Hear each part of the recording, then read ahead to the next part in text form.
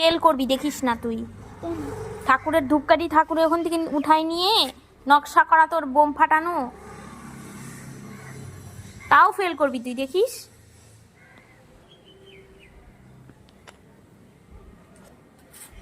ওটা কি বোম?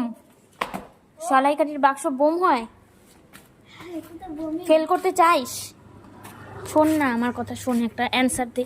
আমি কি কোশ্চেন করলাম? এদিকে তাকা। ফেল করতে চাইস না। তাহলে কেন ওগুলা করতেছিস? ঠাকুর ফেল করাই দেবে, তারপর বুঝিস। ভয় আছে পড়তে, কিন্তু ঠিক মতন বসতেছিস না, এমনি বুঝিস। তারপরে দেখছিস তো দিছে না ভগবান।